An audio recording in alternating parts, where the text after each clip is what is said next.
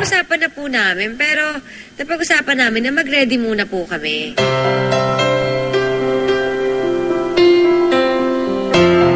Nitong nakaraang Sabado, ibinalita ni Chris Lawrence live via phone touch sa Star Talk TX na babae ang kanilang anak ng nobyang si Katrina Halili na kumpirma ang magandang balita matapos ang 4D ultrasound na ginawa kay Katrina kamakailan lang. Excited ako. No? Ay, kita na siya. Kaso medyo wala lang masyadong laman. Tulala lang ako. Sabi ko, nakagano'n ako sa screen. Meron pala talaga. Sabi ko, meron pala talaga. Nakatuwa na parang may nabubuhay sa tiyan mo talaga. Promise. Totoo na to. Totoo ba? Parang gano'n. Hindi pa rin ako naniniwala eh.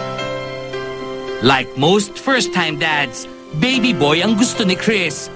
Si Katrina naman, babae ang hinihiling simula pa lang ng kanyang pagbubuntis. Ako gusto ko babae.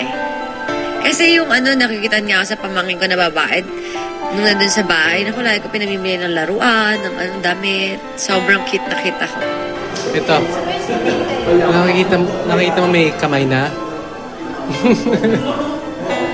Yeah, so now the emotions are starting to really overcome us na, oh my God, nandiyan na! It's getting developed. So we're really excited. Sobrang excited kami. Sa September daw ang due ni Katrina. Ang suwestyon ni Chris, sa Amerika nito iluwal ang kanilang panganay. Ngunit napagpasyahan na raw ni Katrina kung saan ito manganganak. Actually, gusto niya din, pero ayoko kasi 6 months pa lang nandun na sa States. Hindi mo homesick ako, ayoko.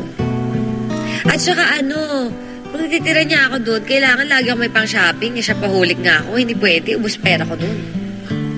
Diba, wag na lang, mas gugustuhin ko sa Palawan ako kasi kung sa Manila, bilang siya pahulik nga ako, ubos pera ko, wag.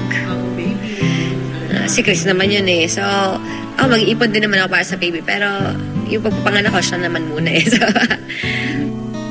samantala, nakumbinsi na nga ba ni Chris na magpakasal na sila ni Katrina?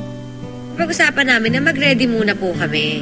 Na gusto ko, ayayin niyo pakasal. Bumili muna siyang bahay. Ready na siya.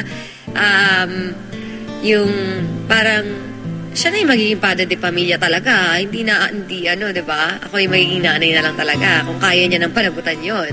Kung hindi naman, bigyan na lang niya muna sa akin yung pag-aalaga sa sarili ko. Sa ngayon, tuloy sa pagtatrabaho si Katrina bilang CME ng My Beloved. At balak na rin daw nitong magbalik agad sa showbiz matapos manganak. After My Beloved po, rest po ako talaga. Sa Palawan muna po ako. Mga ilang months, 1 month, 2 month. Tapos punta na ako dito. Kailangan ko talaga magpapayat.